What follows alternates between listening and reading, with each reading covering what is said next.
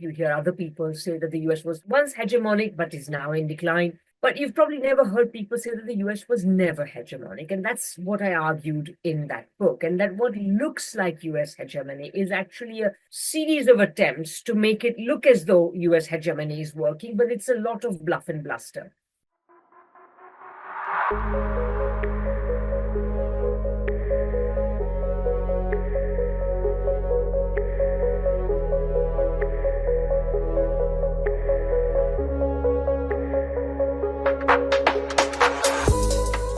Hello, and welcome to Global Majority for Peace podcast. I'm Ileana Chan. Every week on this podcast, we discuss with special guests from across the world our mission of building a global movement to challenge the US-led war drive against China, Russia, and countries in the global south. So please do subscribe, share our videos, comment. And we are also putting the first 30 minutes of this interview on YouTube, and then we'll put the rest on Patreon. So please become a Patreon member. Today, we are so excited to have Radhika Desai on the Global Majority for Peace podcast. Radhika is a political economist and political scientist and host of the Geopolitical Economy Hour. Her latest book is Capitalism, Coronavirus, and War, a Geopolitical Economy. Welcome, Radhika. Thank you so much.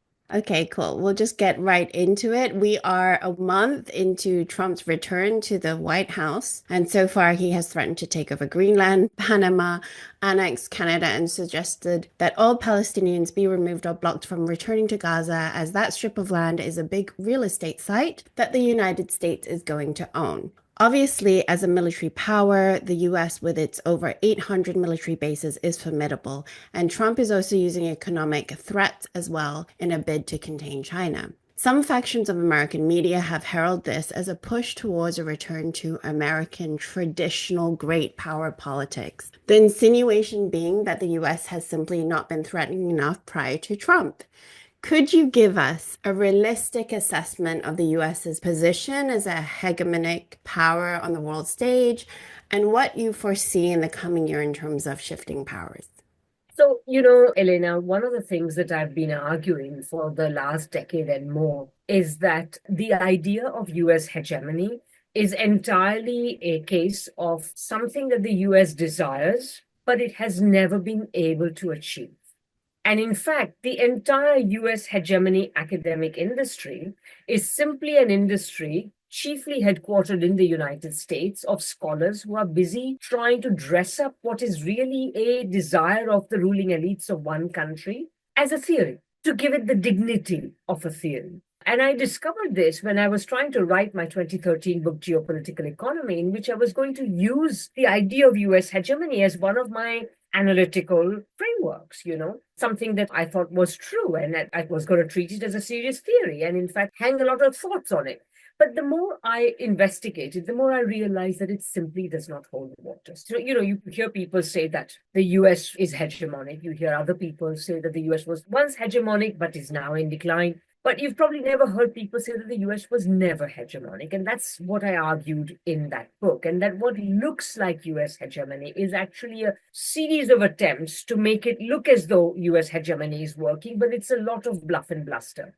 Another thing I pointed out is that what does hegemony mean? Basically, when it comes down to the brass tacks, what happened in the early 20th century, so more than 100 years ago now, is that US ruling elites could see that British power was waning, Britain was beginning to decline. And so it sort of imagined that now that Britain is no longer going to be so dominant, we can perhaps play the same role in the world economy and dominate the world economy as Britain had done once. And of course, the US had suffered under that domination. It had adopted protectionist practices in order to deal with that domination, etc. So the US thought they were going to replace the UK. But of course, even then they knew that they could never acquire an empire of the size that Britain had. After all, as Lenin pointed out in his Imperialism, the whole world had by then already been divided up into the major powers and so on. And all that could happen now was the constant division and redivision of the world. or rather redivision of this world. So the US decided that, okay, we can't have an empire, but what we're going to try and do is we're going to try and instead just focus on making the dollar the world's money, just as sterling is the world's money right now.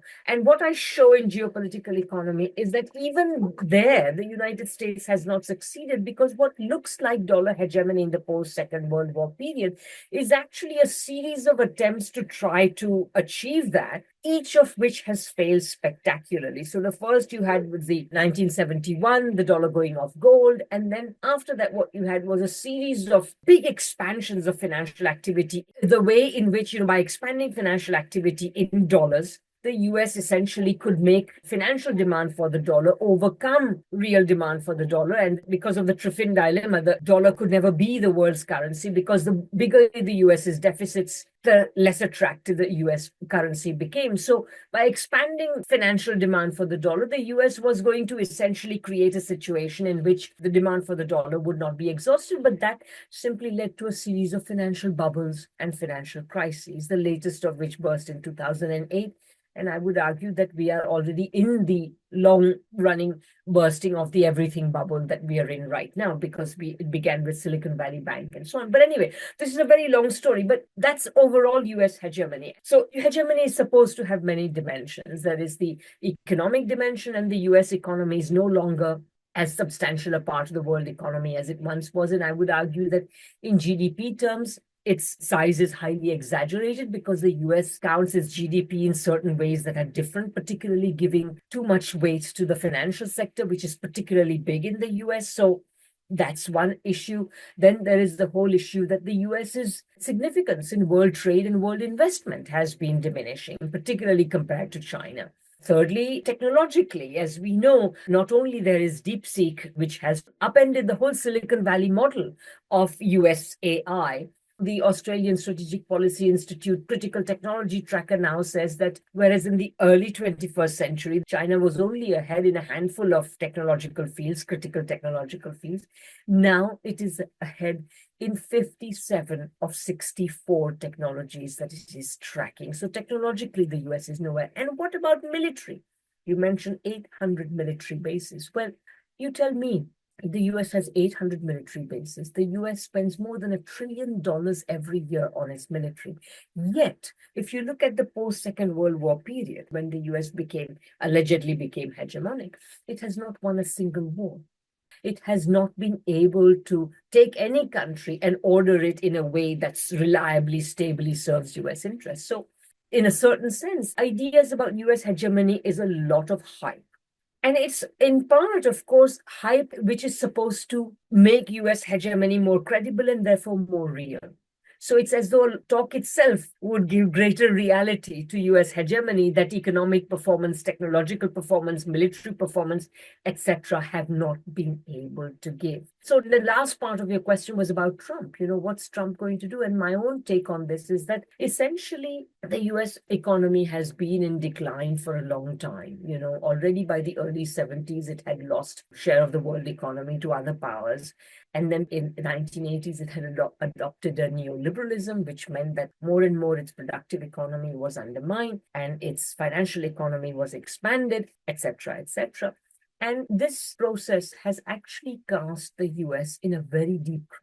It's an economic crisis. It's a social crisis of inequality plus racism and all these other social ills that the US suffers from. Plus, it's a political crisis, a crisis of political leadership, of which the biggest symptom is that somebody like Trump can be elected to the highest office of the land, and there will be financial crises and so on. So Trump has been elected allegedly to resolve the crisis, but he cannot resolve the crisis. He can only express the crisis. The whole Trump administration, the history of the next 4 years, will be Trump being tossed around by the different forces that make up the crisis. So that's my assessment. Thank you. No, that's really interesting. I've never heard it put that way, but it does really make sense as to why there's so much belligerence from the US. But can you actually break down, in terms of Trump's policies, the tariffs? Because there's so much conversation around tariffs. He campaigned on it as a protectionist policy, but he's clearly, well, he seems to be, you might have a different view. He seems to be using it in a punitive way. So, what is your assessment, breakdown for the audience, of the use of tariffs here? Are these beneficial for an economic strategy to take the US's economy forward? And also, a second part of that is what changes do you think the US would actually need to make in order to create a more dynamic and equitable domestic economy? Like, Oh, what that do you last one is a $64 million question. But let's take them in turn. So you said you asked about the tariffs, first of all. So first of all, he says, "Oh, I love the word tariffs. This is the most beautiful word in the English language." What a load of claptrap. But really, why does Trump love the word tariff? Because you see, it is part of the big lie that has allowed him to win the US election. What do I mean by that? The problem that the Democrats had is that they were trying to tell American people that everything is fine, the economy is doing well, and so on, and please vote for us because we are going to keep it so and so on. But in reality, of course, ordinary working Americans are hurting. They're hurting from the loss of the quantity and quality of jobs that they used to once have. They are hurting from inflation. They are hurting from all sorts of social violence. They are hurting from awful healthcare systems, etc., etc. You name it. It's a comprehensive crisis, the high cost of all sorts of public utilities and so on. So in all of these ways, they are suffering. So to try to tell them that everything is fine is not going to work. And Trump kind of realized this way back in 2016 and 2015 when he first ran for the presidency. And he basically said, "My dear fellow Americans, I know you are suffering." So he at least began with that truth. But then, of course, he could not go on to tell the full truth. He could not tell them that they were suffering because of the neoliberal policies being applied by successive American administrations since the election of Ronald Reagan, if not even a little bit before. So he then told the big lie. The big lie is that, my fellow Americans, you are suffering because of China and because of all the countries with which we have a trade deficit. And he never named neoliberalism. So by naming trade as the culprit, naming China as the culprit, then it naturally follows that he has to be seen to be engaging in a lot of tariff imposition. He has to be seen to be throwing tariffs out like, there's no tomorrow, hurling them at every country, whether it is an ally or an adversary. And oddly enough, in a certain sense, like I said, tariffs are part of Trump's rhetoric. And the fact that they're part of Trump's rhetoric is also underlined by another very important element of the current situation. Trump has talked about nothing for the last 4 weeks but tariffs, or almost nothing. I mean, he's talked about one or two other things, but predominantly he's talked about tariffs. How many tariffs has he imposed so far? Only one, the 10% extra tariff on China. Everything else is held in abeyance. It is threatened. He's waving this stick, but it is not yet done. Now, I'm not saying it won't be done because, quite frankly, I don't think Trump has a lot of gray cells in that head of his. But what I can tell you is that there will be a lot of forces militating against the imposition of the extent and scale and number of tariffs that he is threatening to impose. What do I mean by that? So let's go through them systematically. Number one, people have elected Donald Trump because he is allegedly associated with low inflation. Because, when he was president, inflation was low. When Biden became president, inflation began to rise. Now, tariffs are going to be inflationary. I mean, there are ways in which, you can explain that, it's just simply to put 25% tariffs on goods coming from Canada, Mexico, China, etc. Given how much the US imports, it will add to inflation of at least 20 odd percent. This is ridiculous. How much these countries export to the United States. Plus, many goods go back and forth across Canadian and Mexican and even Chinese borders many times before they are sold to the final consumer. That means that the tariffs will multiply every time they go across borders. So for all of these reasons, they will be inflationary. Secondly, Trump was initially supported by a tiny maverick section of the American capitalist class. People like Peter Thiel were supporting him in 2016, and most others had to sort of reluctantly come to terms with it. This time around, many more people supported him outright.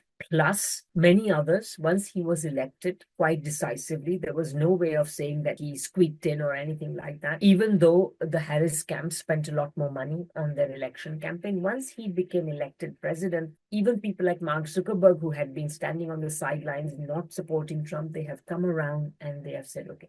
Now, so Trump is happy. He has all these American CEOs rooting for him, but all of them will be hurt by tariffs. And all of them will be trying to exert their influence in trying to at least mitigate tariffs, if not eliminate them entirely, because they probably realize that some sort of symbolic and flamboyant imposition of tariffs may be necessary in order to continue to hoodwink the public. I don't think the public will be hoodwinked for long, but they can at least try. So that's the second reason why this is very difficult. The third and most important reason, though, to my mind, is that this sort of imposition of tariffs by Trump still assumes that the United States economy is sort of, this biggest market in the world, and therefore everybody's dying to export to it, and therefore everybody will be shattered to feel these tariffs and will immediately comply with what the United States wants, etc. I don't think this will happen. Yes, it's true that Canada and Mexico in particular are very vulnerable, and I'm from Canada. I know that this is a huge debate now that is rolling there. But even there in Canada, people are becoming extremely upset at Trump and therefore willing to undertake a lot of sacrifices in order to not have Trump ride roughshod over Canada. But anyway, let's leave that aside. But aside from Mexico and Canada, most countries in the world will not be badly affected. And here's the important statistic. The US today accounts for about 15.9% of total world imports. It's not a small figure, but it's not huge either. There are a lot of countries in the world, and one of the biggest countries with whom they have a very substantial trade deficit, namely China. For China, okay, it's important to export to the US, but it's not that important. China can survive. China has a lot of other trading partners. So Trump's assumption that everybody will be scared and will do whatever Trump wants may not hold. So then this also brings us to the whole issue of the threat. It's a negotiating position. It's a way of getting all countries to do what you want. But, people say, look, Canada has agreed to spend $1 billion more on border security and agreed to appoint a fentanyl czar and whatever. I mean, just as Trump is making a big show of his tariffs, he has not yet imposed them, the Canadians are also making a big show of complying.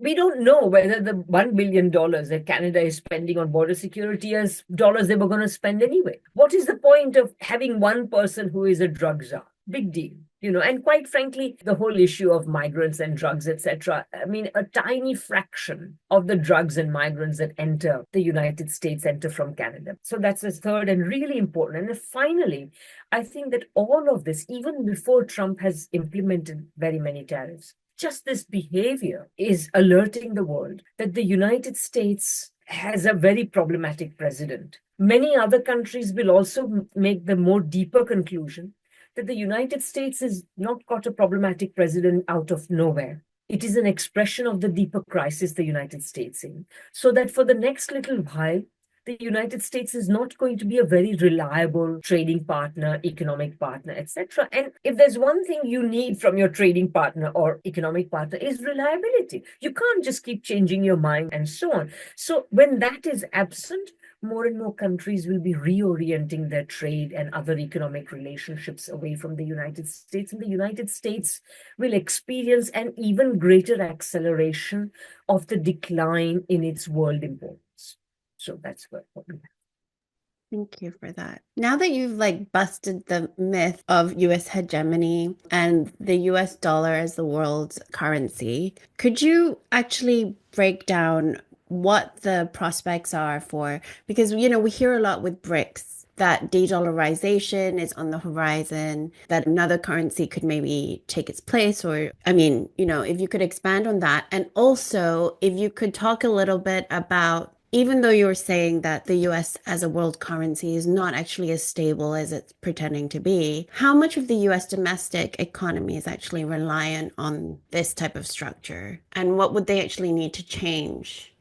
Okay, all these are really important questions. So if I forget any, just prompt me again. But okay, so the first question you want me to answer is to really unpack what I mean by the weakness of the US currency and so on. So, and particularly, the whole process of de-dollarization and the attempts the BRICS are making towards effecting some kind of de-dollarization. Now, first of all, let me say that I have argued in a lecture, which people can find on the web, that de-dollarization is composed of two separate processes, and they are quite separate from one another, although they can both contribute to de-dollarization. One, and the most obvious one, which most people talk about, is the efforts being made by the BRICS to try to come up with alternatives. Now, this is a very complex question, and a lot of the discussion around this issue of, what will replace the dollar, what will de-dollarization look like, tends to assume that the currency of some other country, perhaps China, will become the new world currency. And to me, this is wrong for a number of reasons,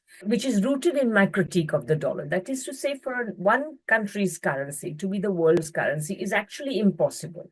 And artificially trying to create a situation where it at least appears possible for a time, even though on a volatile and crisis-prone basis, is actually to invite crisis both for the world system as well as for the country whose currency it is. What do I mean by that? So it is partly because of the dollar's role as the world's money, and in order to maintain that the United States has gone so far along the process of financialization, which means that this kind of dollar, playing the role of the world's money in the circumstances in which the US is, where it cannot export capital but must provide the world liquidity by running deficits, it systematically requires financialization, which therefore has systematically weakened the American productive economy. Now, if China were to undertake an internationalization of the renminbi on the same model, the Chinese economy will suffer the same consequences. And that is the last thing that the Communist Party of China or the people of China actually want. And this is also important to realize, because very often people say, oh, the dollar will remain the world's currency because look, I'm looking as far as I can see and I cannot see any replacement for the dollar. The euro never did it. The Japanese yen didn't do it. The Chinese renminbi can't do it. Because this is looking for the wrong answer. When de-dollarization comes, it will not and should not be replaced by any single national currency. Rather, the solution should take a form of an institutional arrangement of the sort that perhaps Keynes recommended back in 1944, when he suggested that we should create a currency, a multilaterally agreed currency, which is not used by you and me to pay for a pair of shoes or to buy a bar of chocolate. Or for that, we will all have always national currencies. But it is used between central banks to settle their imbalances. And then there were a whole bunch of other principles that Keynes elaborated as to what would make this system work well, how should the whole system be designed. And I think that if not exactly the same arrangement, the principles that Keynes went through are very important, and we can discuss those if you like. But that is what will replace the dollars. And a final point, the relevance of the principles that Keynes had talked about are underlined in the difficulties that the BRICS are having in trying to construct alternatives, because they are coming up with a number of ingenious arrangements, particularly this system of bilateral settlement in each other's currencies and so on. But so far, they have not proposed a Keynes-like or Bancor-like solution. And I would say that to some extent, at least, there is a political reluctance to do it, because in most of these countries, there are important, powerful constituencies who still keep their money in the dollar system. And they are very loath to get rid of it. They're not the ordinary person in these economies, but a small number of very rich individuals. And I think that their power will have to be overcome to construct this alternative. So we see that the progress BRICS have made has not been as great. But there is another reason. So that's one set of reasons. But there is another reason why de-dollarization is likely going to happen far sooner than most people imagine. And that is, the dollar system relies, as I said, on creating these financial bubbles. Right now, we are in the biggest financial bubble ever in history. Every asset market, not just mortgages or housing or whatever, but every asset market is inflated beyond its value. So that even when, for example, you can have something like DeepSeek happening. DeepSeek has upended every calculation of Silicon Valley. It has done so at a time when US stock markets were being pushed up only by the so-called Magnificent Seven, the Silicon Valley firms plus Tesla, that have been driving American stock markets on the belief that somehow AI is going to be the technology of the future, and these American companies are on top of it. But they're not on top of it. And even after this was revealed and stock markets lost $1 trillion, now this is being made up. Why? Because all this money, which is sloshing around in the system, has nowhere else to go. People will make all sorts of justifications. They're saying, oh, buy the dip, meaning that because the prices of these Magnificent Seven companies have fallen, suddenly they have become very attractive. No, they have only lost some part of their value. They were already inflated. Even at the new price, they are inflated. But the money has nowhere else to go. So it will go somewhere. And it's going here. So this extremely bubble-like environment is just waiting to be pricked. And by the way, if Trump implements his tariffs, if inflation goes up, then what that means is the Federal Reserve will have to at least keep interest rates as high as they already are, or raise them again. And both of these possibilities are bound to prick this everything bubble. And if the everything bubble is pricked, the single most important reason to hang on to American dollars will go. That moment may come far sooner than any attempt by the BRICS to replace the dollar with something else. Well, that's really interesting. If that happens, what would the US have to do?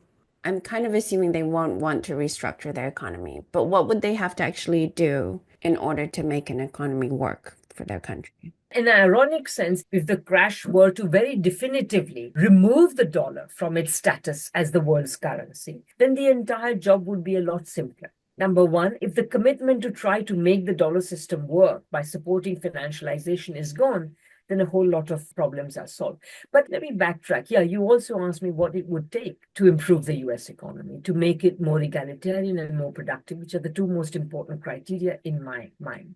It should be more productive and it should be more egalitarian. It should not be financialized. It should not be unequal. I would say that the most important thing that's necessary is industrial policy. That is to say, the government has to decide how it's going to reinvigorate industry, how it is going to direct its capitalists to invest productively rather than financially, to invest in those technologies and industries that are the most promising arenas for success for these companies and so on.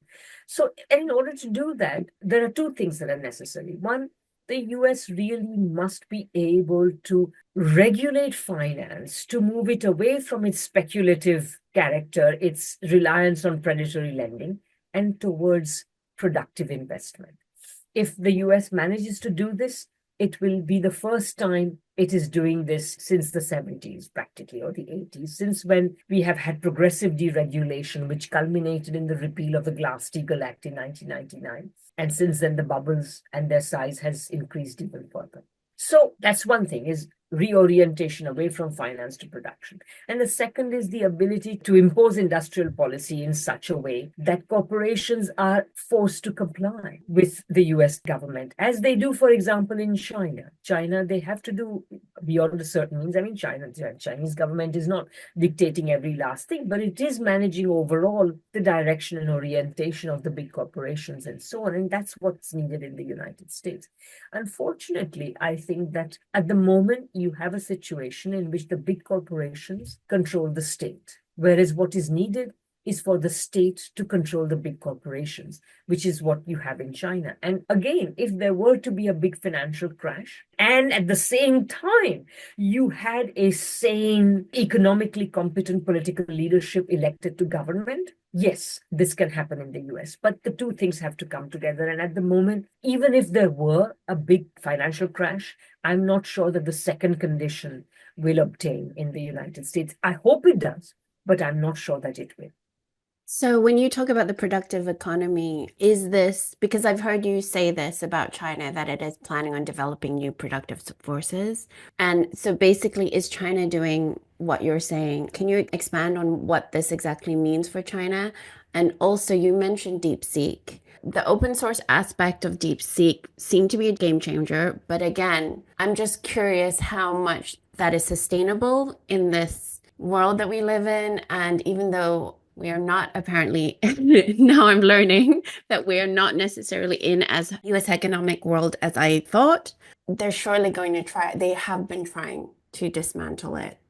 They've been trying to stall China's rise, yes. China's rise, and especially with DeepSeek, and can you sort of break all that down for us?